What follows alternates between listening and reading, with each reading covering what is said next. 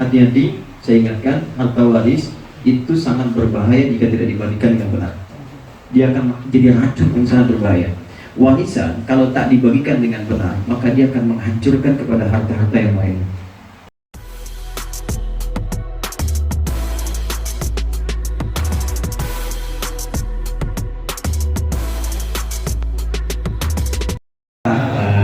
Kita harta waktunya terbatas, jadi Ustadz ini adalah Masjid Sayyidina Bilal. Gedung ini kita gunakan mulai tahun 2010. Alhamdulillah. Tambah ke sini masih tetap makmur, dan doakan mudah-mudahan teman-teman bisa istiqomah, karena basicnya itu rata-rata ya bukan pesantren, tapi rata-rata yang berubah di sini jadi lebih baik. So, kita langsung saja ya, bisa nanti kesempatan. Terus nanti untuk pertanyaan kita, karena tempatnya terbatas, kita langsung. Kenapa? 3. Kita langsung saja kasih Ustaz Hidayat. Assalamualaikum warahmatullahi wabarakatuh. Waalaikumsalam warahmatullahi wabarakatuh. Alhamdulillah, wassalatu wassalamu ala rasulillah wa ala alihi wa sahbihi wa man walah wa ba'du. Saudara-saudaraku sekalian, nama masjid ini tadi disebutkan dan terlihat dari luar, Masjid Sayyidina Bilal. Ada 3 karakter di antara orang-orang yang mampu memaksimalkan amal soleh yang diisyaratkan Al-Quran, dibimbing Nabi, dan nanti ketiganya menjadi miniatur sekaligus contoh bagi kita di sejarah.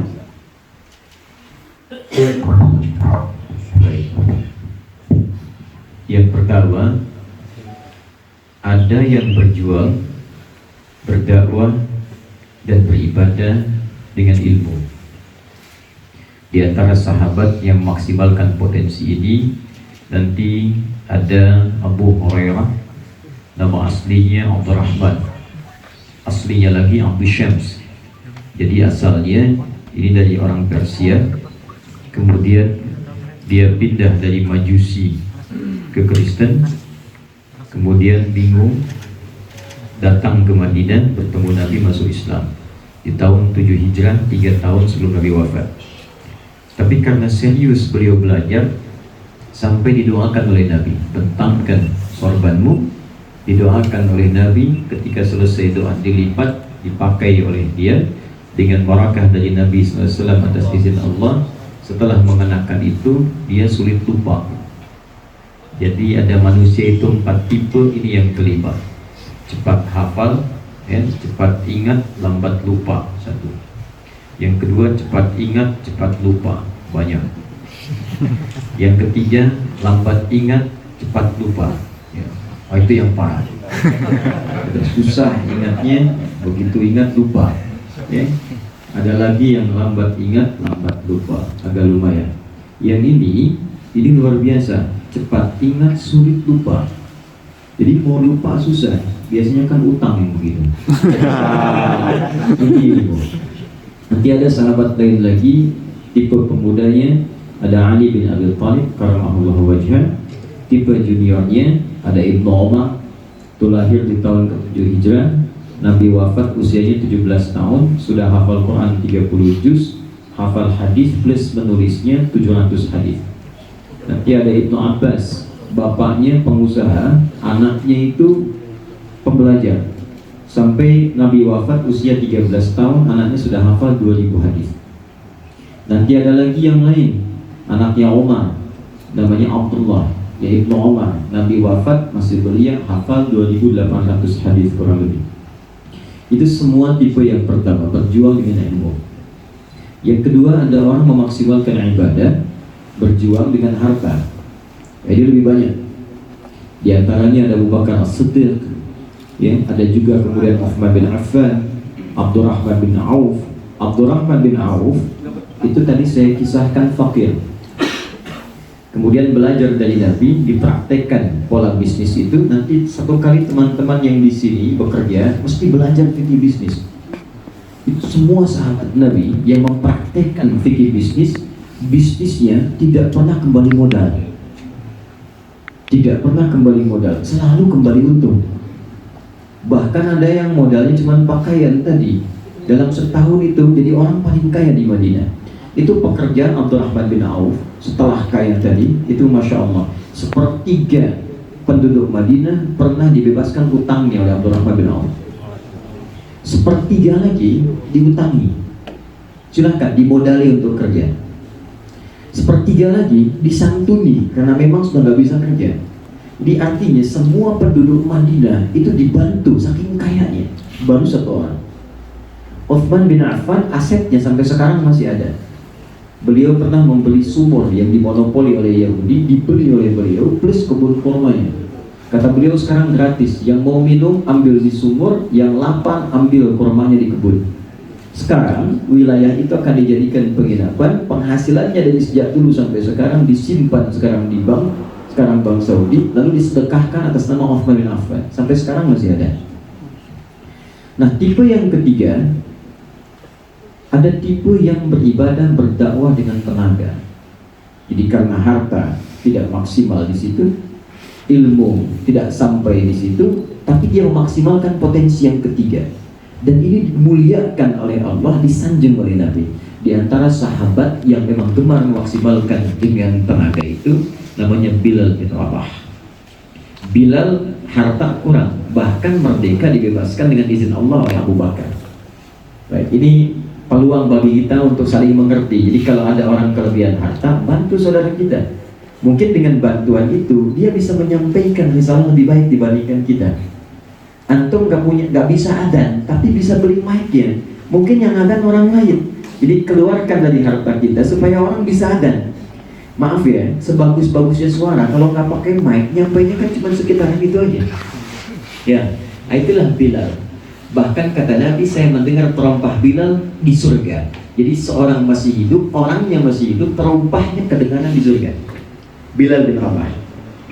Nah, saya ingin menyampaikan sebuah pesan ketika masjid ini dinamai oleh Mufti Korea, dengan kita juga di sini Allah menerimanya dengan nama Sayyidina Bilal, seakan-akan memberikan pesan kepada kita, setidaknya kalau kita belum ada ilmu untuk dimaksimalkan berdakwah dan berjuang, belum ada harta maksimal seperti Abdurrahman bin Auf, maka gunakan tenaga kita sekecil apapun untuk bisa berkhidmat di jalan Allah Subhanahu wa Ta'ala. Maka berbahagialah, itu telah kita wujudkan hari ini. Di antara sekian banyak orang yang datang, mungkin peran teman-temanlah yang di belakang layar, di belakang panggung, yang telah memaksimalkan tenaganya untuk bisa memaksimalkan dakwah khususnya untuk di hari ini. Saya ingin membuka dengan mengucapkan syukur pada Allah. Semoga tenaga kita semua diganti oleh Allah dengan pahala yang berlipat. Amin. Baik, karena temanya tanya jawab, saya berikan pengantar sampai di sini. Silakan kita bisa kembangkan. Saya bertanya, antum jawab. Monggo, silakan. Ya, kita boleh. Itu satu ya. Langsung aja, kedengeran. Bismillahirrahmanirrahim. Assalamualaikum warahmatullahi wabarakatuh. Waalaikumsalam warahmatullahi wabarakatuh. Waktunya, Ustaz.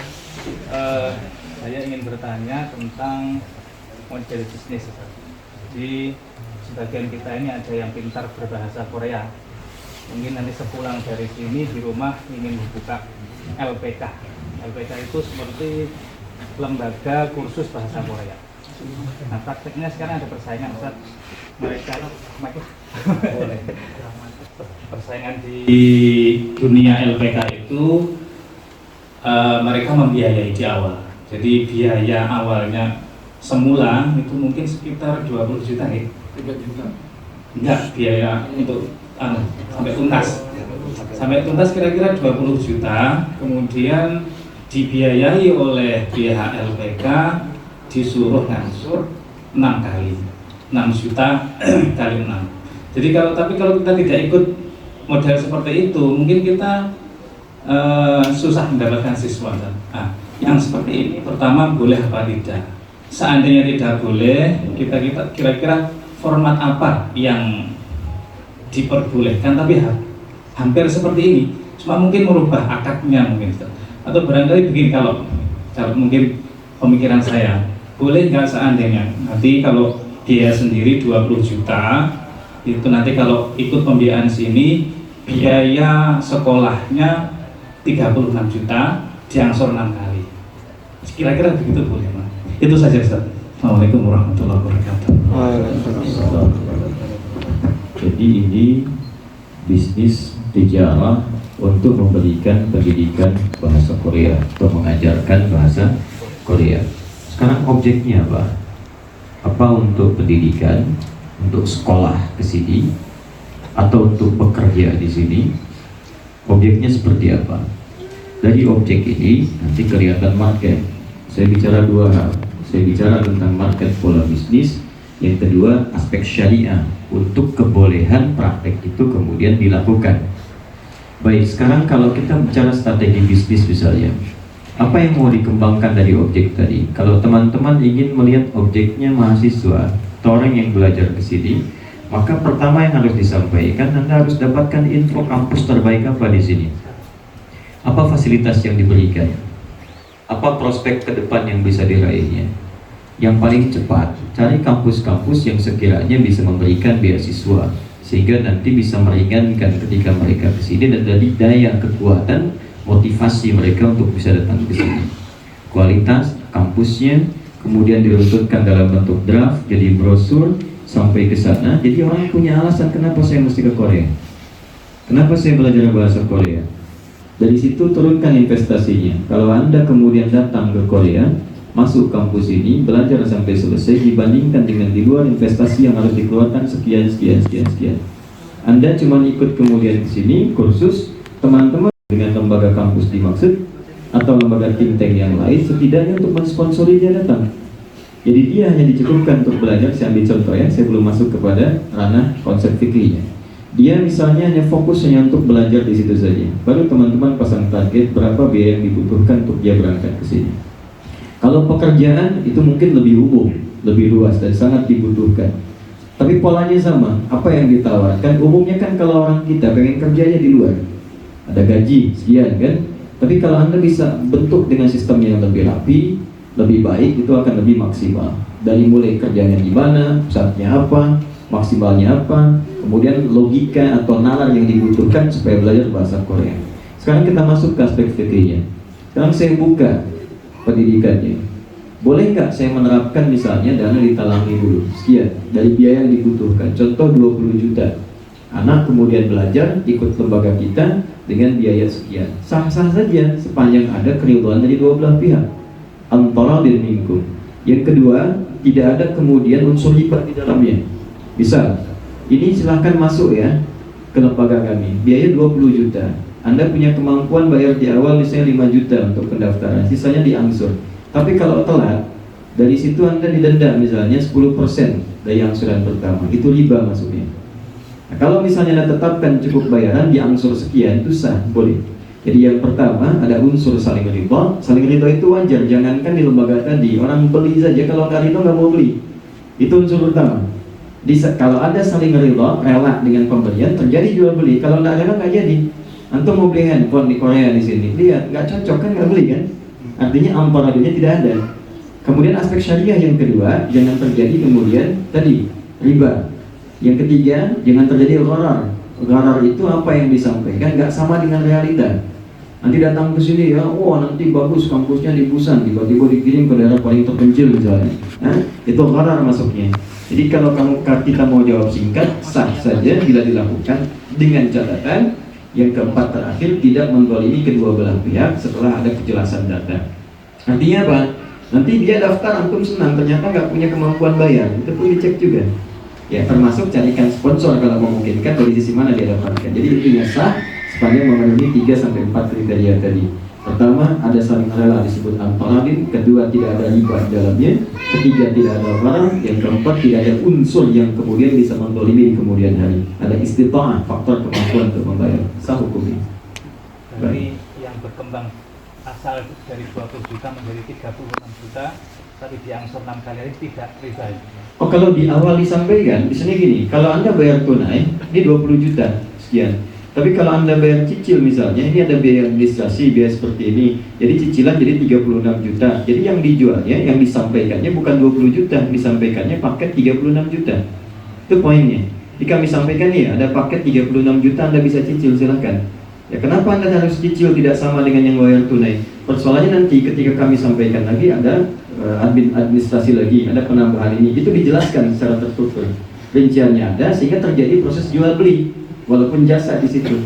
Jadi bukan karena Anda nyicil kemudian Anda ada tambahan sekian itu masuk kategori riba di dalamnya.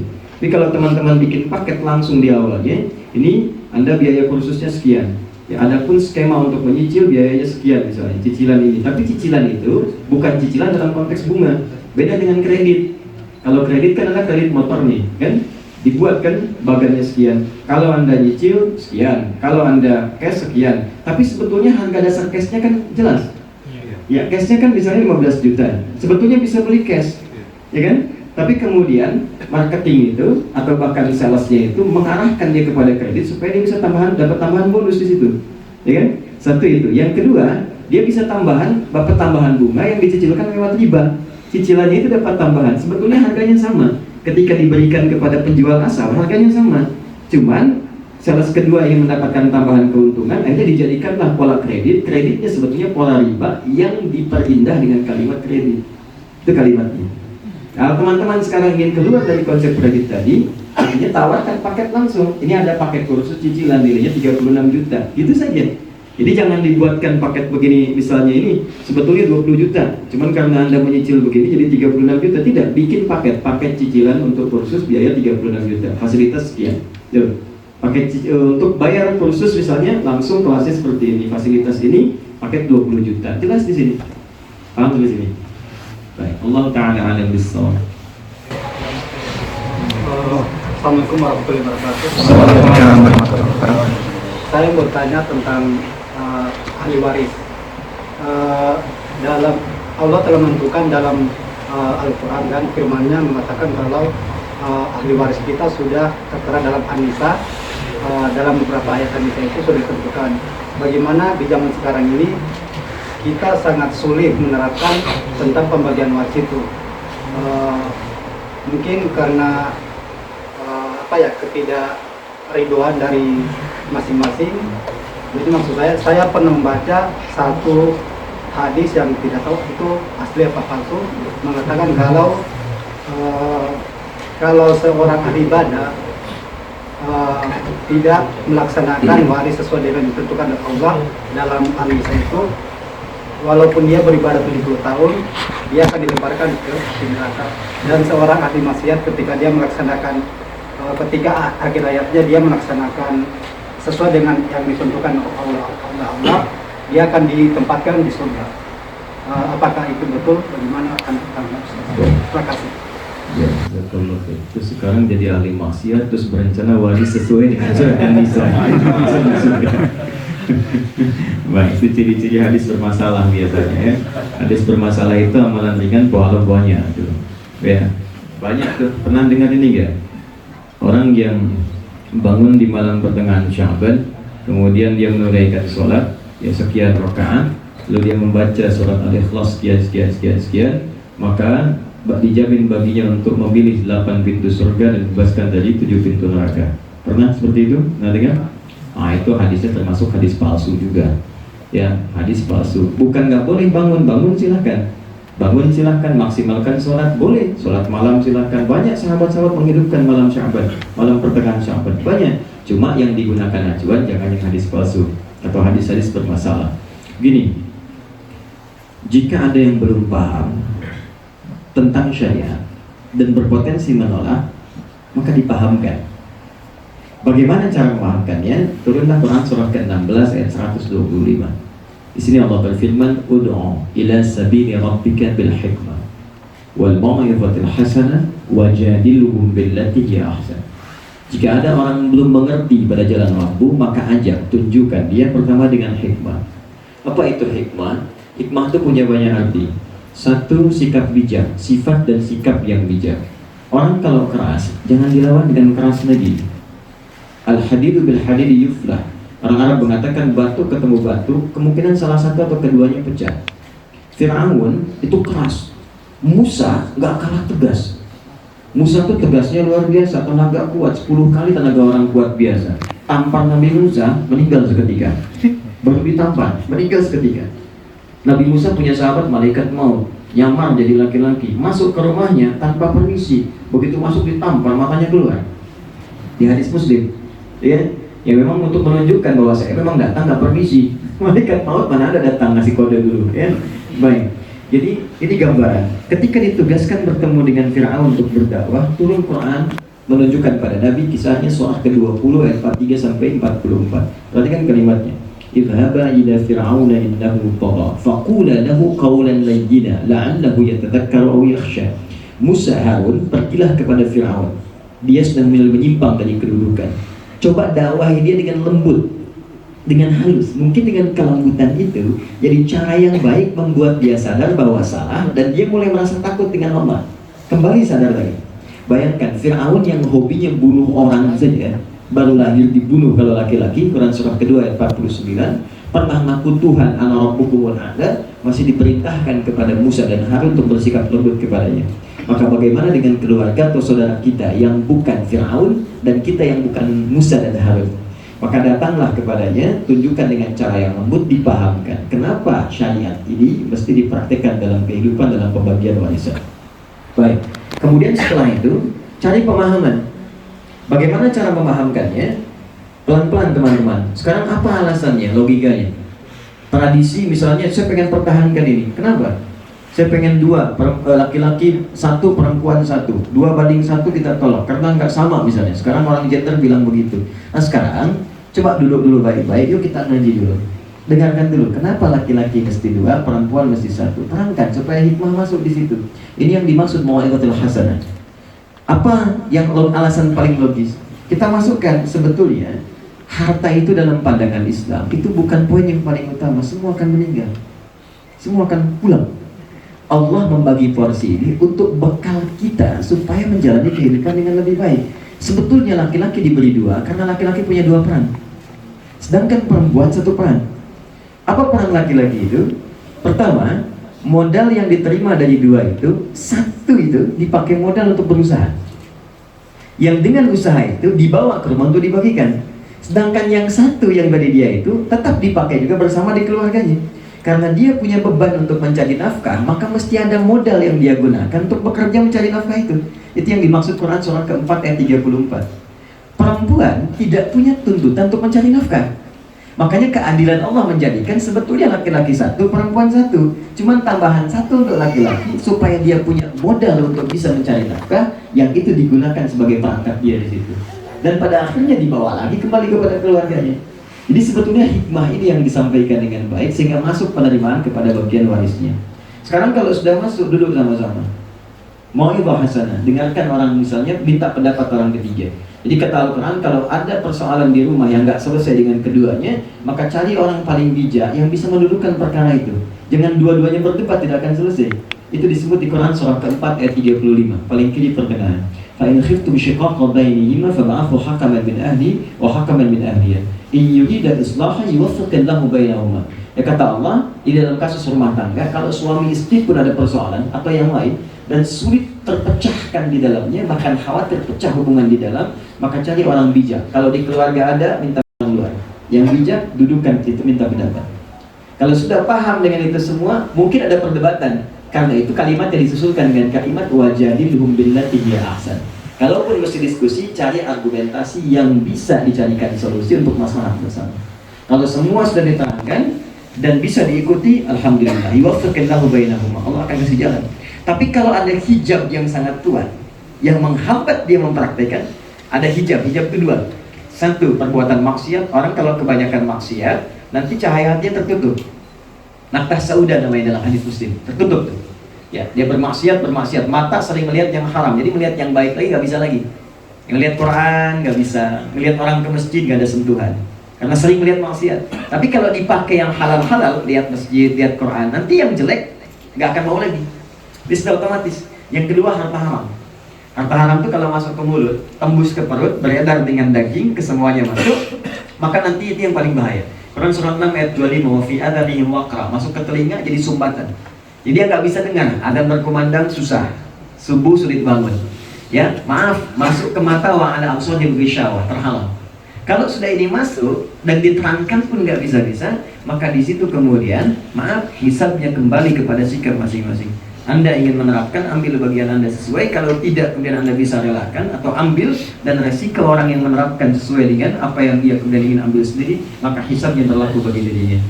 Sementara Anda sudah diangkat oleh Allah Subhanahu wa Ta'ala dengan kondisi yang sudah Anda terima. Misal, bagian Anda seharusnya 1 juta, tapi karena tradisi Anda dapat 500.000 dan sulit untuk kemudian dibenarkan di keseluruhannya. Orang sudah ambil, maka Anda ambil yang 500.000, yang sisanya Anda niatkan misalnya untuk sedekah di jalan Allah Subhanahu wa Ta'ala. Yang penting Anda sudah berusaha, maka bagi Anda ditetapkan pahala oleh Allah Subhanahu wa Ta'ala. Bagi yang lain hisabnya akan berlaku untuk mereka. Apa hisab yang berlaku? Hati-hati, saya ingatkan, harta waris itu sangat berbahaya jika tidak dibagikan dengan benar. Dia akan jadi racun yang sangat berbahaya. Warisan kalau tak dibagikan dengan benar, maka dia akan menghancurkan kepada harta-harta yang lain. Itu sudah rumus. Satu. Yang kedua, orang yang rebutan warisan itu melakukan 3 pelanggaran sekaligus. Pelanggaran pertama, dia berdosa kepada Allah kalau melanggar hukumnya. Pelanggaran kedua, maaf, dia bermasalah dengan orang tuanya, bahkan yang telah wafat dan tidak punya kemampuan untuk minta maaf karena orangnya sudah wafat. Dan yang ketiga, dia memutus silaturahim di antara ahli waris itu. Makanya ada ulama yang mengatakan orang yang rebutan, sengaja rebutan warisan itu seperti ahli neraka yang jalan-jalan di muka bumi. Karena itu saya sarankan pertama berdoa kepada Allah untuk melembutkan setiap hati, praktekkan tadi dengan cari orang bijak untuk menerangkan. Setelah itu kemudian disampaikan dengan baik, dibagikan sesuai hukum syariat. Sekalipun kemudian solusi terakhir ingin dibagi secara adat, ikutilah hukum syariatnya, bagikan secara syariat. Setelah itu kalau sudah hak masing-masing saling bersedekah misalnya untuk memenuhi kebutuhan adat. Kalau itu cari jalan selamat yang paling pertengahan. Allah Ta'ala ada Islam. Silakan. Bagaimana hukumnya menjamak sholat ketika kita bekerja di Korea ini? Kadang bos kita tidak memberi waktu untuk sholat. Terkadang juga kita nunggu mesin itu tidak bisa ditinggal. Dan kita kadang pulang jam 7, sedangkan waktu maghrib tidak ke bagian gitu. Baik. Jamaah itu sifatnya ada 2. Jamaah karena alasan tertentu, jamaah yang memang karena ada kondisi, tapi memang sifatnya kadang urgen, kadang tidak. Yang pertama ini sudah umum diketahui, seperti kondisi safar, ya. Safar, saya mau berangkat misalnya di safar, itu ada 2 kemudahan, bisa jamaah, bisa qasar, bisa jamaah qasar. Baik, jamaah hanya menggabungkan saja tanpa mengurangi jumlahnya. Zuhur dengan zuhur ketemu 4 dengan 4, satukan, tarik ke depan, takdim, diakhirkan terakhir, seperti saya terangkan tadi. Kalau disempurnakan 4 seluruhnya disebut kamil, jamaah kamil. Kalau kita ingin kurangi dengan jarak tertentu menjadi qasar, ya, jaraknya berapa? 3 farsakh, dikonversi kurang lebih 82 km. Baik, dari situ ada yang kedua ilatnya masyaqqah. Masyaqqah itu kadar kesulitannya. Jaraknya di bawah 82 kilo tapi sulitnya luar biasa. Saya dari Jakarta ke Semarang pakai pesawat, jaraknya jauh, cuman santainya luar biasa. Berangkat jam 12 nyampe jam 1, berangkat jam 11 nyampe jam 12. Saya dari Jakarta ke Lebak Bulus pakai beca, ya, beca, mau di kayu capek, di jalan macet dan sebagainya. Berangkat jam 11 nyampe jam 3. Jarak dari Jakarta ke Lebak Bulus, maaf, di Bekasi ke Jakarta dekat dibandingkan dengan Jakarta ke Semarang. Maka itu yang disebut masyaqqah namanya. Maka di situ boleh qasar. Dalil qasar di perjalanan Quran surah keempat An-Nisa di ayat 101, paling kiri sebelah bawah di mushaf, ya. Kemudian diteruskan teman-teman sekalian, masuk jamak dengan qasar digabungkan. Nah, kondisi yang kedua adalah kondisi yang memang ilat safarnya tidak ada. Ilat safar tidak ada. Contohnya apa misalnya? Contoh, dokter, dia sedang, mohon maaf ya, sedang tindakan, istilah di kedokteran, tindakan mau dilakukan dari zuhur, diprediksi akan sampai ke maghrib tindakannya, 6 jam misalnya dia kerjakan itu. Ya kan nggak mungkin tiba-tiba, mohon maaf, begitu asar jantungnya sudah dilihat, perutnya dibuka, udah kelihatan, Allahu Akbar, adzan berkumandang, bentar ya, sholat dulu. Tunggu sabar gitu, dan pulang meninggal gitu kan. Baik, jadi yang seperti itu kondisi darurat pada saat itu boleh dijamak. Ya, apa ilatnya, apa dalilnya? Sebab yang membolehkan itu, Nabi pernah di masa Nabi SAW tidak ada safar. Kondisi pertama hujan lebat. Karena hujan itu ahli masjid, hujannya lebat dahsyat, kesulitan karena masjidnya nggak seperti kita sekarang. Jadi kalau hujan bocor ya bocor, kalau panas ya kepanasan. Karena atasnya itu daun-daun kurma, ya tiangnya pelepah kurma. Kalau hujan pasti bocor. Di hadis Muslim di babnya i'tikaf, Nabi ketika datang dilihatkan tanda-tanda malam Qadar, Lailatul Qadar, itu bangun beliau melihat di mimpinya ketika beliau salam di keningnya itu ada lumpur, ya tanah yang sudah kena air. Baik, besoknya diceritakan oleh Nabi, saya ini bermimpi ada malam Al-Qadar begini, tapi nggak dikasih tahu waktunya kapan. Tapi saya lihat kemudian di keningnya ada lumpur. Besok paginya ketika sholat subuh, beliau salam-salam di keningnya terlihat lumpur. Kenapa kelihatan ada lumpur? Karena memang malamnya hujan rintik kecil. Anda bayangkan, hujan kecil-kecil ya sahabat kepada ke masjid. Antum masjid bilang, masjid bagus begini nggak ke masjid, ya? Maka kurang apa lagi Allah berikan sempurnaan kepada kita. Poinnya kembali ke yang tadi, karena hujan luar biasa itu, maka Nabi nggak safar. Cuma di situ kemudian dijamah oleh beliau. Sahabat ikut menjamah. Nah ini dijadikan ilat kalau keadaan tertentu yang memang sangat darurat, menyulitkan kita untuk mengerjakan sholat di berikutnya karena kebiasaan kita, maka boleh dijamah. Tapi kan hujan besar itu nggak setiap hari hujan, ya kan? Nah sama pekerjaan yang dikerjakan oleh Anda pun misalnya, kalau sifatnya dalam kejadian tertentu, sedang tugas, jaga, bukan dalam setiap hari dikerjakan, maka boleh sifatnya itu dijamak seperti tadi. Tapi kalau kemudian tiap hari memang begitu pekerjaannya, nah, maka ulama memberikan jalan tengah, silahkan Anda jamak, tapi sambil Anda berusaha mencari pekerjaan lain, ini setidaknya bisa meringankan Anda ibadah lebih nyaman di situ.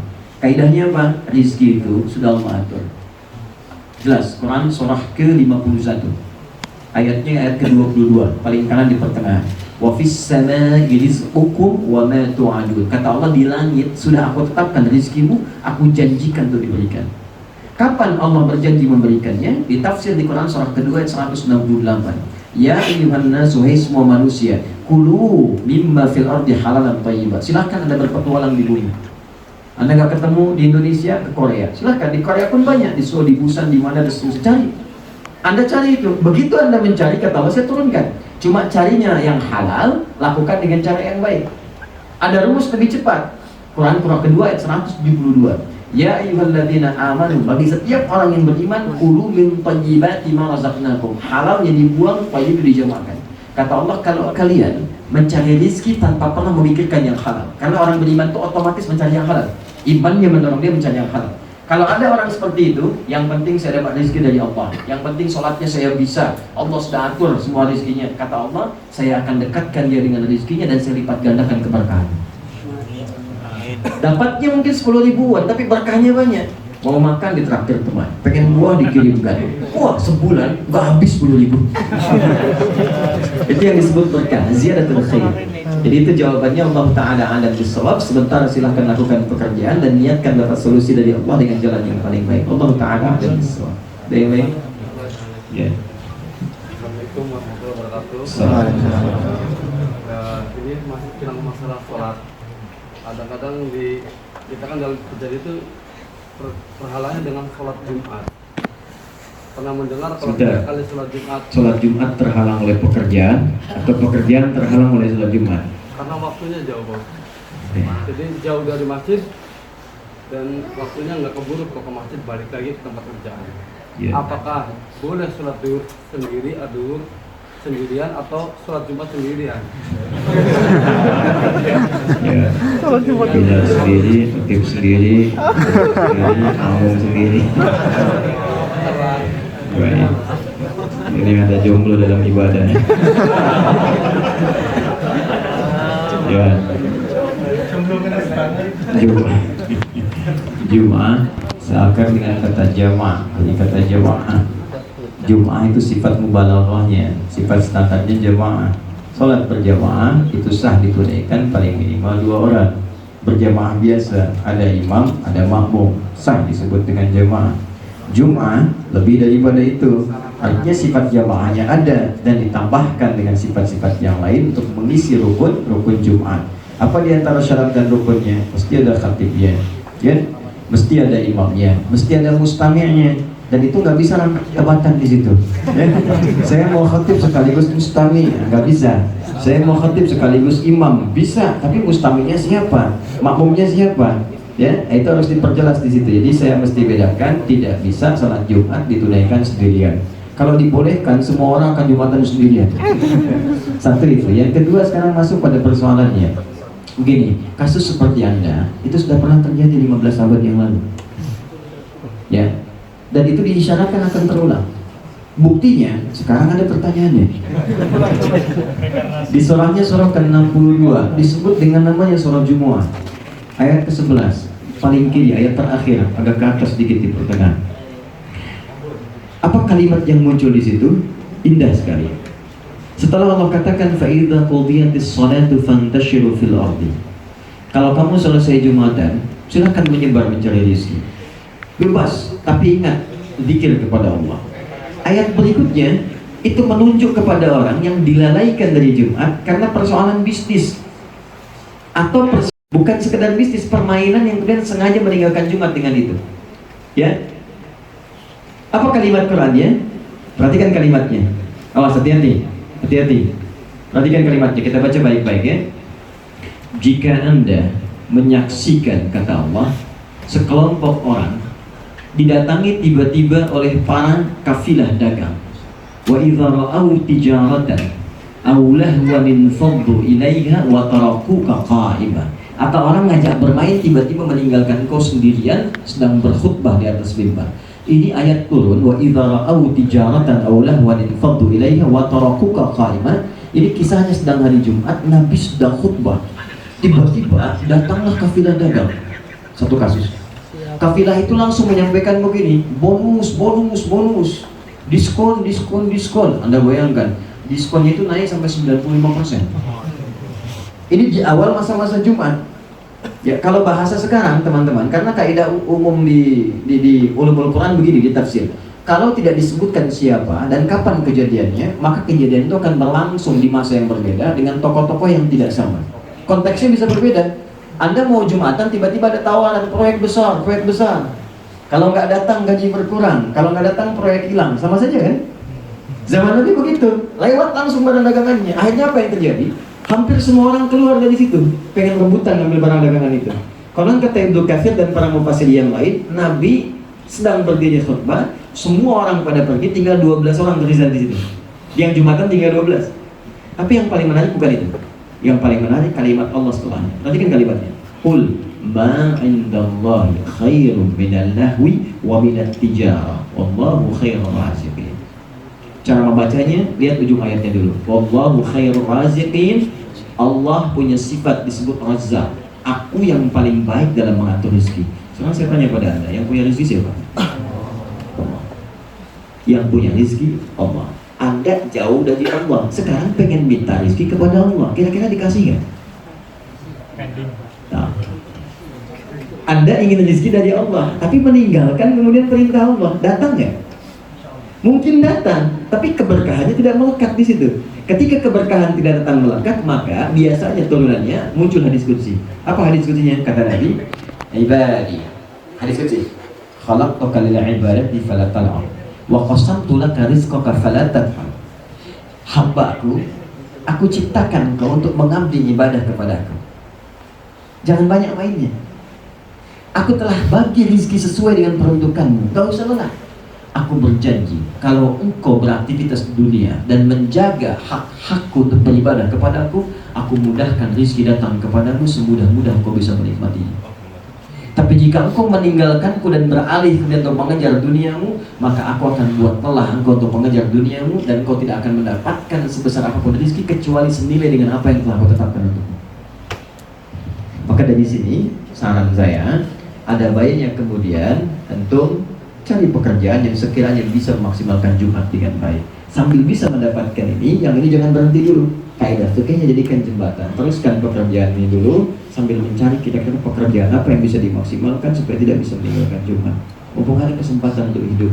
Karena kalau sudah wafat, maka tidak akan dilihat apa latar belakang kita. Semua akan membawa amalan yang disiapkan oleh Allah Subhanahu wa taala. Tunjukkan pada saya siapa yang di antara kita yang tidak akan wafat. Tidak ada. Dan kita tidak bisa memilih. Mungkin esok lusa atau malam ini kita pulang. Karena itu isi dengan tobat, minta petunjuk kepada Allah. Katakan, ya Allah, aku hambamu dan kau yang mengatur rezeki. Aku memohon kepadamu, kirimkan rezeki kepada aku yang tidak meninggalkan aku untuk berkhulwat denganmu.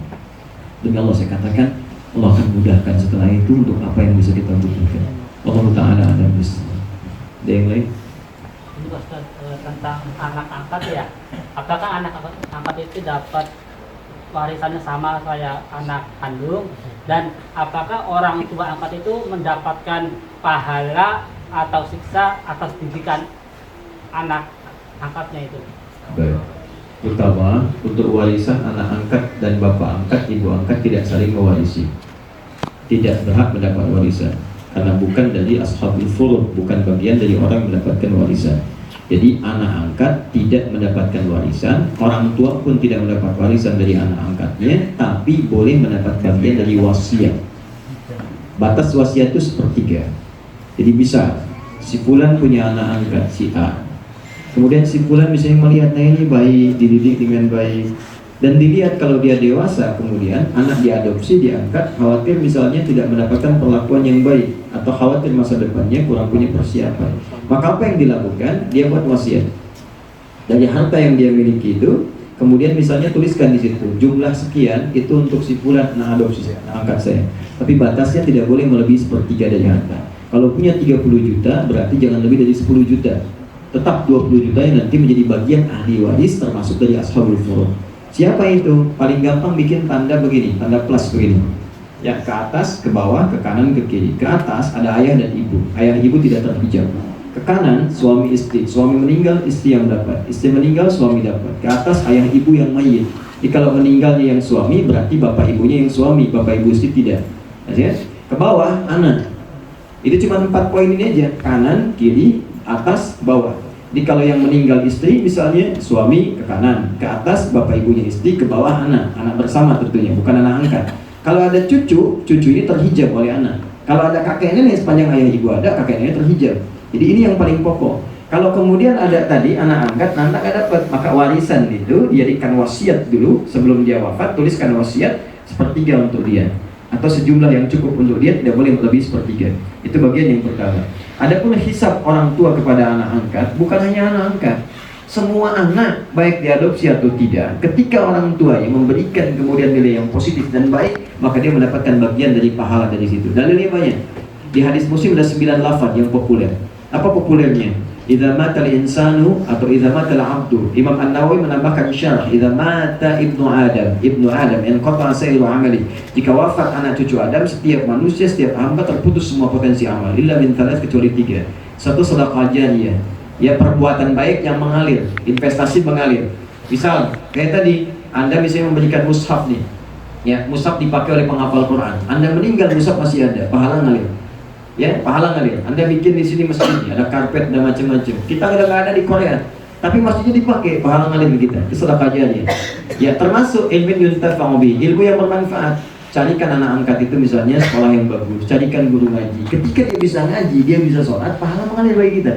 Itu dikuatkan hadis di riwayat lain, man dalla ala khair falahu ajru mithla fa'ili min ghairi an yankusa min syai'. Di hadis yang ketiga bahkan jelas, man sanna fil islami sunnatan hasanah falahu ajruha mithla ajri fa'iliha min ghairi an yankusa min syai'an. Siapa yang menghidupkan sunnah kebaikan, mengadopsi anak, apalagi anak yatim, sunnah kebaikan, membantu orang, sunnah kebaikan, lalu dikerjakan oleh orang itu, pahala yang mengalir bagi orang yang memfasilitasi tanpa dikurangi sedikit pun. Yang ketiga, waladin sholihin yad'u lahu, anak soleh yang terus berdoa untuk orang tuanya. Maksudnya, maaf, jangan disimpulkan saya soleh atau tidak. Maksudnya ke orang tua, didik anak itu. Kalau sudah jadi anak, jadi soleh. Bagaimana cara jadi anak soleh? Beramal soleh. Makanya jangan lupa ketika kita sholat selesai berdoa untuk orang tua. Itu amal soleh. Ketika sedang mengerjakan amal soleh, nama Anda jadi soleh. Bisa, nama Anda Asep, sedang beramal soleh, saat itu jadi soleh. Ya, nama Anda Doni, sedang beramal soleh, saat itu Anda menjadi soleh. Jadi anak soleh itu anak yang gemar mengerjakan amal soleh. Ketika beramal soleh dia berdoa. Makanya kita selesai baca Quran doa dulu, selesai sholat doa dulu, selesai baca, selesai puasa, saat puasa doa, itu semua ada. Semua hadisnya ada. Ba'da sholat, Ibnu Majah hadis 925. Nabi setiap selesai sholat berdoa, Allahumma inni as'aluka ilman nafi'an wa rizqan thayyiban wa amalan mutaqabbala. baca Quran selesai berdoa. Puasa dalilnya jelas di Al-Bukhari. Ya, thalathatun la turaddu da'watuhum. 3 golongan yang sulit ditolak doanya. 1, al-imamul adil, pemimpin yang adil. 2, as-shaima hatta yuftira, orang puasa sampai buka, dijawab doanya. Ketiga, da'watul mazlum, doa orang yang terzalimi, dijawab doanya. Maka dari situ kalau dididik baik, pahala mengalir. Kalau dididik jelek, awas, bukan hanya anak kandung, anak angkat pun adopsi, dididik jelek.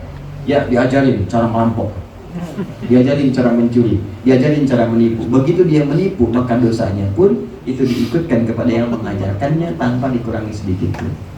Ya, sama persis. Jadi tidak ada perbedaan antara anak angkat dengan anak biologis dalam konteks pendidikan, kecuali diminta mendidik dengan cara yang baik. Allah Ta'ala ada bisawab.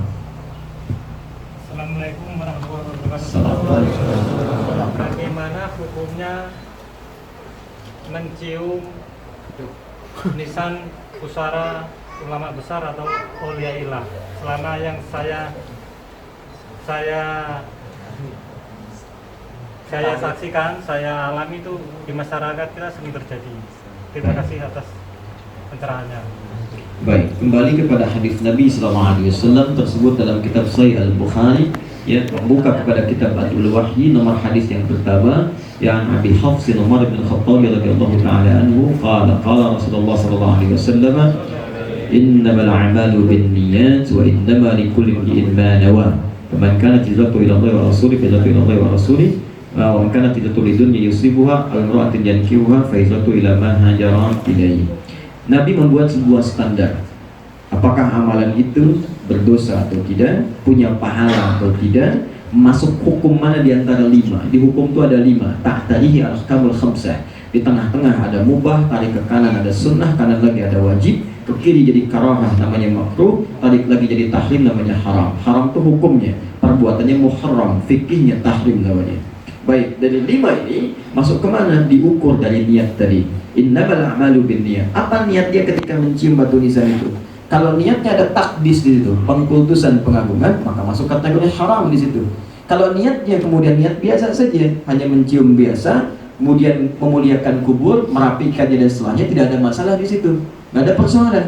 Persis sama seperti Anda kemudian wafat jenazah, Anda cium misalnya keningnya, Anda rapikan, Anda cium misalnya tempatnya, sudah selesai dengan maksud biasa saja, tidak ada maksud takdis, tidak ada yang lain. Ya, dan itu keadaan hati yang menentukan itu. Karena hati Anda bisa menilai, kata Nabi, istafti qalbak, tanyakan pada hatimu, karena niat itu persoalan hati. Kata Al-Imam Asy-Syafi'i dalam kitabnya Al-Um, ya ketika seorang akan sholat ditanya bagaimana posisi niatnya. Kata Al-Imam Asy-Syafi'i, muqtarinatan bitakbir. An-niyatu mahalluha fil qalbi, niat itu tempatnya di hati. Muqtarinatan bitakbir, bersamaan menunjukkan sholat apa yang Anda maksudkan di situ. Kalau Anda ragu-ragu kemudian susah nih, khusyuk dan sebagainya, maka kalangan Syafi'iyah kemudian dia ditanya, ulama besar, di mana saya susah nih? Maka lafadkan itu, bukan niatnya dilafadkan, tapi talafuz itu takkidun biniat. Niatnya tetap di hati, lafadnya membantu penguatan kepada niatnya. Kalau tak butuh itu, tak ada masalah kalau dia sudah konsen dalam sholatnya.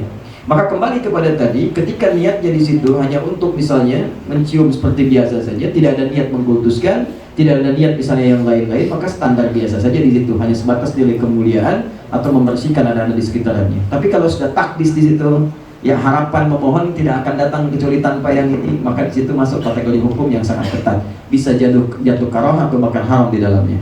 Jelas sampai di sini? Baik.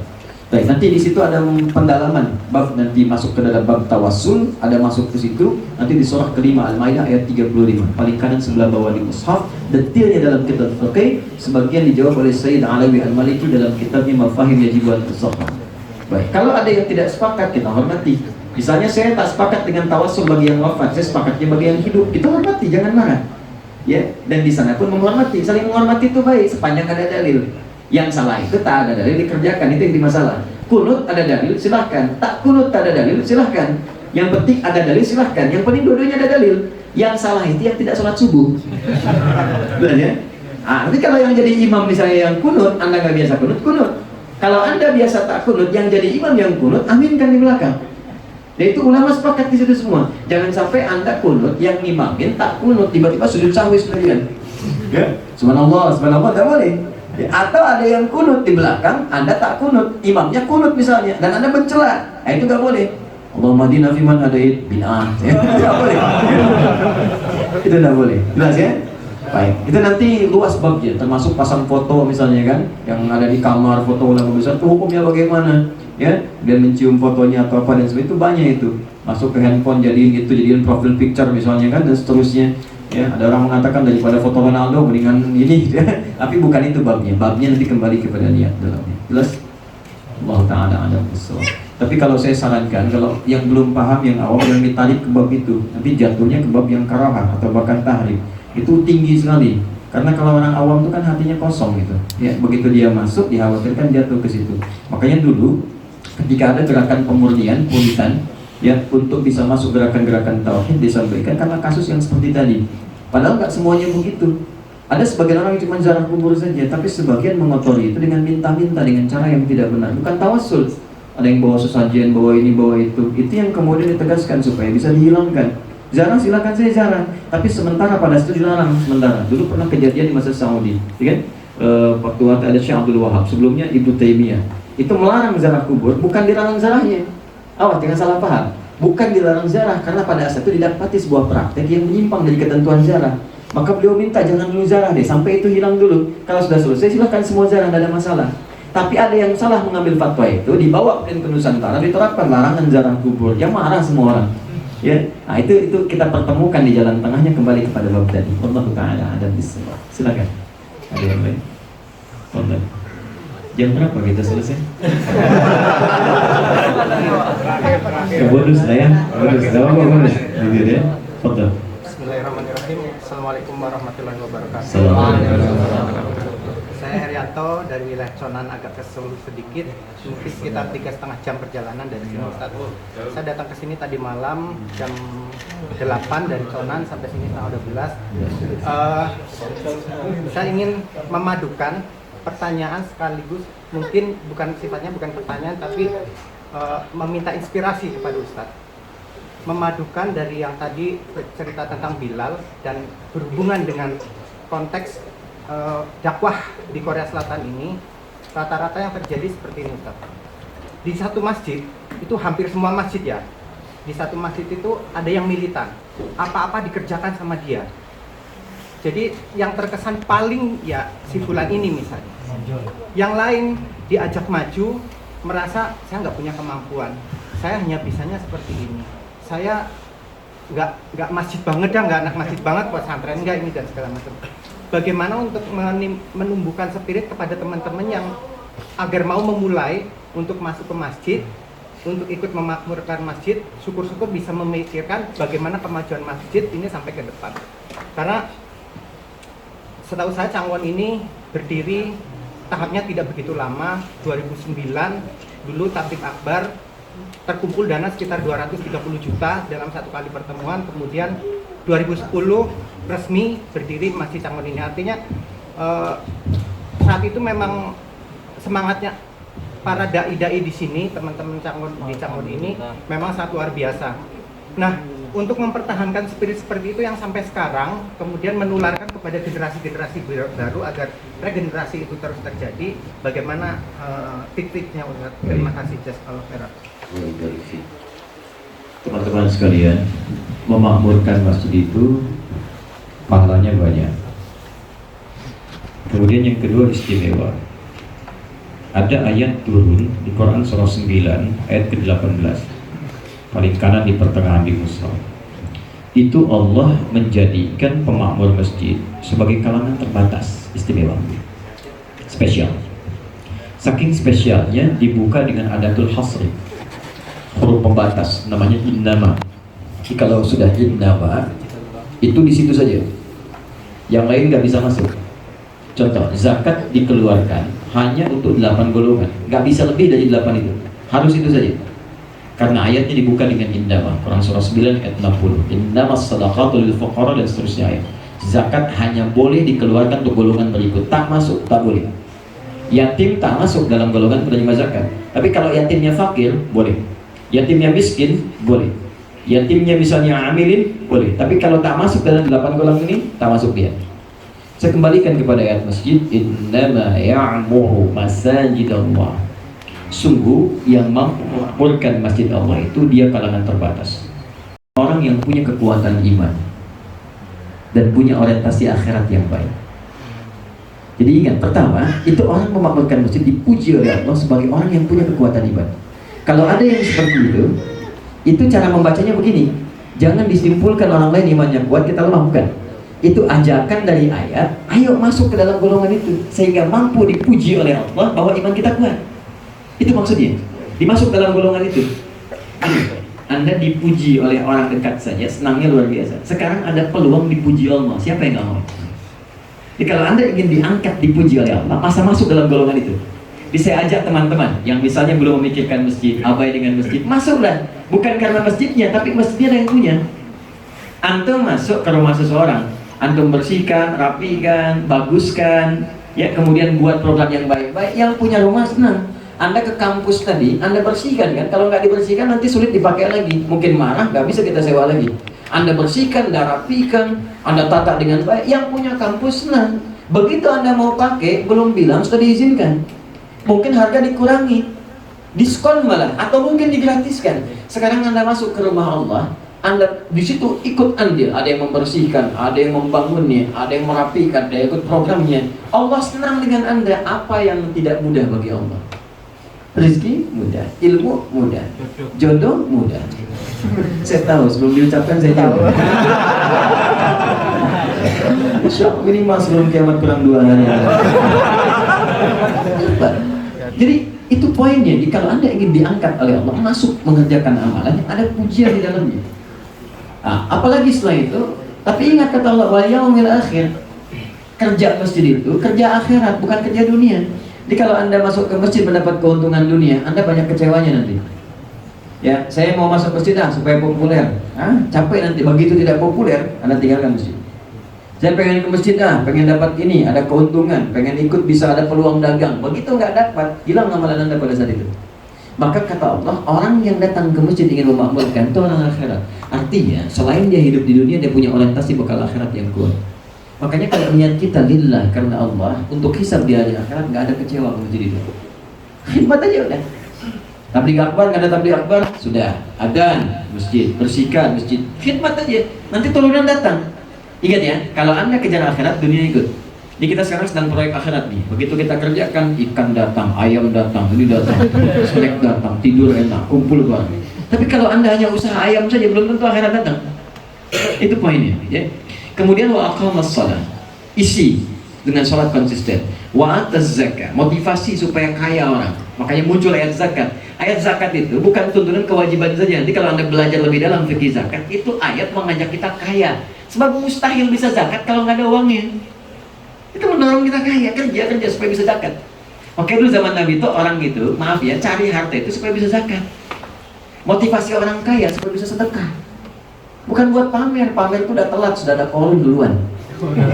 Qarun pamer udah tenggelam dengan hartanya. Jadi kalau mau pamer telatnya 3.500 tahun.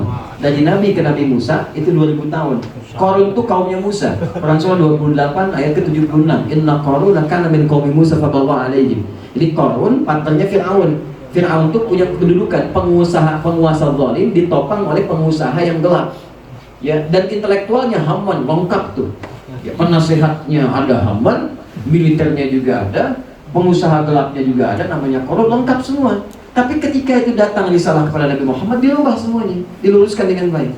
Disilahkan kaya teman-teman, nanti support antum pakai, mungkin buat biayanya, biaya taklimnya, biaya mic-nya, kipasnya, macam-macamnya, heaternya, silahkan. Ada yang kerja di dalamnya, jadi support ke masjid itu tidak harus semua ke masjid, nggak akan cukup masjidnya. Semua bisa kita bekerja sesuai dengan porsinya masing-masing. Utsman kan nggak ada, yang ada Bilal. Tapi begitu ada kebutuhan, Utsman datang. Abu Bakar dengan hartanya bebaskan supaya Bilal bisa adzan, bebaskan dia jadi budak, datang dari budak, jadilah manusia merdeka. Di poin-poin itu kita ambil sesuai dengan porsinya. Kalau itu bisa kita kerjakan dengan baik, Allahu Akbar. Fa'asa yakunu ulaika minal muhtadin. Maka orang-orang itu akan dilindungi oleh Allah, diberikan petunjuk dalam setiap titian kehidupan. Kalau dapat petunjuk dari Allah semuanya mudah. Anda kalau nggak punya petunjuk ke Korea, tersesat Anda di sini. Tapi kalau Allah berikan petunjuk dalam semua kehidupan, rumah tangga ada petunjuk, tenang. Pekerjaan ada petunjuk, nyaman. Mau beraktivitas ada petunjuk, lancar. Jadi itu poinnya. Satu itu. Yang kedua, di hadis Nabi disebutkan di riwayat Muslim, orang baru masuk masjid saja dengan niat beribadah atau khidmat karena Allah, dia mendapatkan 25 kebaikan. belum ngapa-ngapain baru masuk. Itu mau kesini nih, niatnya mau ibadah, mau ikut ceramah, ikut ta'lim, ya, mau ikut sholat misalnya, baru masuk dapat 25 poin. 25 itu jaraknya 1 ke 2 500 tahun, 2 ke 3 500 tahun, 3 ke 4 500 tahun. Antum sholat, sekali sholat dapat 10. Dalilnya Quran surah ke-6 ayat 160. Man jaa bil hasanati falahu asyru amsalha. Siapa yang mengerjakan perbuatan satu hasanah dapat 10 kali lipat. Sholat disebut hasanah. Dalilnya Quran surah 11 ayat 114. Aqimis sholata tarafain nahar wa zulafan minal lail. Innal hasanati yudhibnas sayyi'at. Baik, ketika Anda kerjakan sholat sendirian poin 10. 10 itu ngitungnya kayak tadi, 1 ke 2 500 tahun, 2 ke 3 500 tahun, 3 ke 4 500 tahun. Jadi kalau Anda meninggalkan sholat sekali, Anda kehilangan pahala 500 kali 10, 5.000 tahun sekali. Sekarang menutup dosanya bagaimana? Sedangkan setengah hidup manusia dipakai tidur. Usia Anda 40 tahun, 20 tahun dipakai tidur, 20-nya beraktivitas. Jadi kalau di 20 itu makan, minumnya, kemudian bekerjanya, mainnya, ketawanya, plus maksiatnya. Sekarang kalau kita kurangi dari yang 20 beraktivitas 20 tahun, berapa yang jadi ibadah? Ambil setengahnya, 10 tahun. Dari 10 tahun berapa yang ikhlas? Ambil setengahnya, 5 tahun. Jadi usia 40 tahun itu amalan produktif yang ikhlas mungkin 5 tahun. Sekarang tanya, maksiatnya berapa tahun? Terus cita-cita pengen ke surga, Firdaus lagi. Nutupnya bagaimana? Maka yang cerdas cari amalan yang mengangkat derajat kita di sisi Allah. Di antaranya apa? Jadi ahli masjid. Yang saat masuk dapat 25. Ke masjid itu sudah jelas rumusnya. Setiap masuk masjid pasti akan melahirkan amalan turunan. Anda masuk tahiyatul masjid, duduknya sudah i'tikaf. Makanya kata Imam An-Nawawi dalam kitabnya At-Tibyan fi Adab Hamalatul Quran, kalau Anda masuk masjid sekaligus niatkan i'tikaf, maka duduknya dihitung pahala, duduknya dihitung pahala, rebahannya di pahala. Bukan tidur ya. Awas, bukan tidur tuh. Ya, rebahannya pahala, beres-beresnya pahala. Berapa banyak yang Anda kumpulkan? Dan ketika orang lain datang setelah Anda bereskan, Anda mendapatkan bonus transfer pahala dari pekerjaan yang dia kerjakan dalam ibadah itu. Itulah MLM yang sesungguhnya. Jelas ya? Maka kita wariskan itu, ya support. Nah, caranya bagaimana realnya? Yang ketiga, teman-teman yang pendiri masjid ini, yang dahulu as-sabiqun al-awwalun, bikin program yang menarik teman-teman itu terlibat. Kalau nggak dilibatkan ya susah.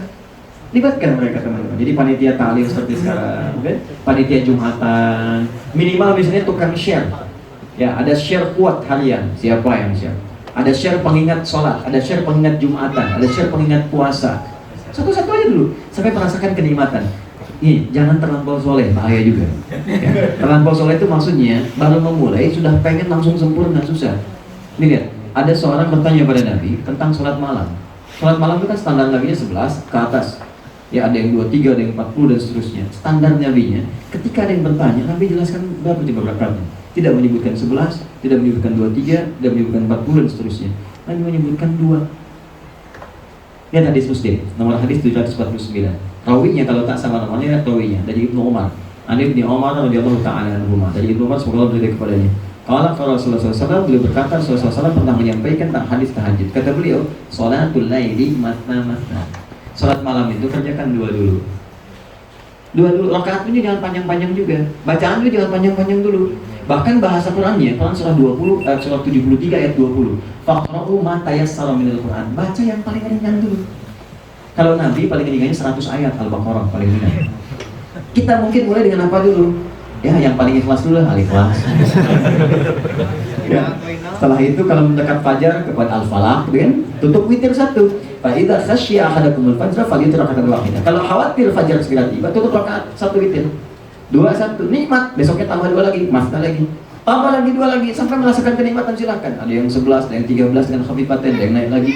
11 dengan khafifatain 2, 13 itu ada di Abu Daud nomor hadis 1367 dari Ibnu Abbas radhiyallahu ta'ala anhu. Begitu cara hidupkan. Hadirkan dan ajak, saling mengajak. Sebab Anda nggak bisa kerjakan sendirian. Kalau Anda wafat, siapa yang teruskan? Jelas ya? Allah Ta'ala alam bisawab. Jadi highlightnya saya simpulkan dari pertanyaan-pertanyaan tadi. Saya bersyukur pada Allah karena semua pertanyaannya menunjukkan etikat dan isyarat semua ingin bertakarub kepada Allah. Dan itu berita bahagianya. Mudah-mudahan dengan itu dinilai oleh Allah sebagai pahala terbaik dan awal langkah kita untuk berubah menjadi lebih baik. Sekarang bahasa kerennya hijrah karena Allah Subhanahu wa taala. Di hadis riwayat Al-Bukhari Kitabul Iman, ya Nabi menyampaikan dari Abdullah bin Amr bin As radhiyallahu taala anhuma dari Nabi sallallahu alaihi wasallam, Ya, Nabi mengatakan, perhatikan kalimatnya indah sekali teman-teman sekalian. Ini bicaranya kelihatan biasa, tapi isinya begitu dalam. Wal muhajir, kata Nabi dalam potongan hadisnya, ya, wal muhajir man hajar amma nahallahu anhu. Orang yang benar-benar hijrah itu adalah orang yang berusaha meninggalkan yang Allah larang dalam kehidupannya. Jadi semua pertanyaan menuju ke arah sana, dari pertanyaan pertama sampai yang terakhir. Bisa pertegas dalam masalah tadi. Ya ingat, kalau ingin bikin sesuatu pun baik sekolah ataupun yang lain, kalau ada sistem-sistem cicilan dan sebagainya, maka jangan keluarkan dari hukum baku yang sudah ada. Kalau memang ingin perbedaan harga di situ ada, bikin paket yang terpisah. Di 20 juta untuk langsung, 30 juta misalnya untuk cicilan. Cicilan aspeknya dicicil segini, keluarlah hukum paket yang baku. Kalau memang Anda terapkan bakunya sekian dan dicicil jadi sekian, berpotensi riba di dalamnya karena ada cicilan yang keluar dari hukum baku tadi, kecuali dibuat aspek yang lain. Kemudian pertanyaan yang tadi yang selanjutnya dari teman-teman, baik sifatnya tawasul atau yang lainnya, saya kira semuanya sekali lagi menunjukkan kepada niat dan kesungguhan kita untuk mendekat kepada Allah Subhanahu wa taala. Saya kira itu saja, mudah-mudahan bermanfaat. Insyaallah besok saya di Masjid Al-Barakah dan siang ya. Siang. Ya, mudah-mudahan kalau ada waktu kita berjumpa, diteruskan nanti tanya jawab di sana. Kalaupun tak ada waktu, mudah-mudahan semuanya dirahmati Allah Subhanahu wa taala. Kita berjumpa di lain kesempatan insyaallah. اللهم تقبل انك انت السميع العليم وتب علينا انك انت التواب الرحيم اللهم نحمدك حمدا شاكرين حمدا داعمين حمدا يوافي نعمه ويكافئ مزيدا يا ربنا لك الحمد ولك الشكر كما ينبغي لجلال وجهك الكريم ويعظم بسلطانك اللهم صل وسلم وبارك على رسولك الكريم نبيك الامين سيدنا محمد وعلى اله وصحبه اجمعين ربنا لا تدع لنا في مقامنا هذا وفي كل مقام ذنبا إلا فرجته ولدينا إلا قضيته ولا مجرا إلا شفيته ولا حاجة من حوائج الدنيا والآخرة فيه ولا فريضة فيها لنا الصلاة إلا قضيتها يا أرحم الراحمين اللهم علمنا ما ينفعنا وعلمنا ما يضلنا ووفقنا بما تعلمنا فهمنا يا الله ما تعلمنا ووفق لنعمل ما تعلمنا به اللهم يسر لنا يا الله كل العسير فإن بيدك يا الله كل عسير يسير اللهم ربنا آتنا في الدنيا حسنة في الآخرة حسنة وقنا عذاب النار بفضلك سبحان ربك رب العزة عما يصفون وسلام على المرسلين وآخر دعوانا سبحانك اللهم وبحمدك أشهد أن لا إله إلا أنت أستغفرك وأتوب إليك الحمد لله رب العالمين ثم السلام عليكم ورحمة الله وبركاته. Waalaikumsalam warahmatullahi wabarakatuh. Sallallahu ala Muhammad sallallahu alaihi wasallam. Sallallahu ala Muhammad sallallahu alaihi wasallam. Sallallahu ala Muhammad sallallahu alaihi wasallam. Sallallahu ala Muhammad sallallahu alaihi wasallam. Muhammad sallallahu alaihi wasallam. Sallallahu ala Muhammad sallallahu alaihi wasallam. Sallallahu ala Muhammad sallallahu alaihi wasallam.